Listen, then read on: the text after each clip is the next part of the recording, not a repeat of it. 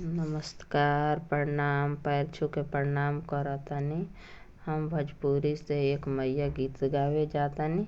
रउआ लोग के अच्छा लगी तो जरूर कमेंट में लिख के बताइब लोग, तब हम शुरू करतानी। मैया चलली पहाड़वा की ओर, होलिया खेले भैरो भैया। मैया निकले पहाड़वा की ओर, होलिया खेले भैरो भैया। भैरो भैया हो भैरो भैया, मैया निकले पहाड़वा की ओर, होलिया खेले भैरो भैया। मैया निकले पहाड़वा की ओर, होलिया खेले भैरो भैया। के कर हाथे कनक फिचकारी, के कर हाथे कनक फिचक, के कर हाथे अबीर, होलिया खेले भैरो भैया। एहो के कर हाथ में अबीर, होलिया खेले भैरो भैया। मैया निकले पहाड़वा की ओर, होलिया खेले भैरो भैया। मैया निकले पहाड़वा की ओर, होलिया खेले भैरो भैया।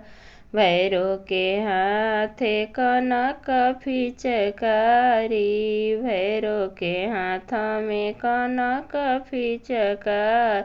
हे भवानी माई के हाथे अबीर, होलिया खेले भैरो भैया।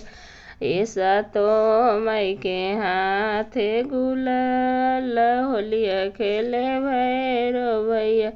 मैया निकले पहाड़वा की ओर, होलिया खेले भैरो भैया। के कर भींजेला माथा के पगरिया, के कर भींजेला माथा के पगरिया। के कर भींजेला पटोरा, होलिया खेले भैरो भैया। एहो के कर भींजेला पटोरा, होलिया खेले भैरो भैया। मैया निकले पहाड़वा की ओर, होलिया खेले भैरो भैया। मैया निकले पहाड़वा की ओर, होलिया खेले भैरो भैया। भैरो के भींजेला माथा की मुकुटवा, भैरो के भींजेला माथा के मुकुट।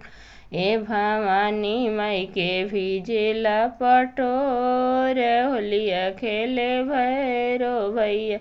ए भवानी माई के भींजेला पटोर, होलिया खेले भैरो भैया। मैया निकले मैया निकले पहाड़वा की ओर, होलिया खेले भैरो भैया। मैया निकले पहाड़वा की ओर, होलिया खेले भैरो भैया। भैरो भैया हो भैरो भैया, मैया निकले पहाड़वा की ओर, होलिया खेले भैरो भैया। मैया निकले पहाड़वा की ओर, होलिया खेले भैरो भैया। मैया निकले पहाड़वा की ओर, होलिया खेले भैरो। सच्चे दरबार की जय।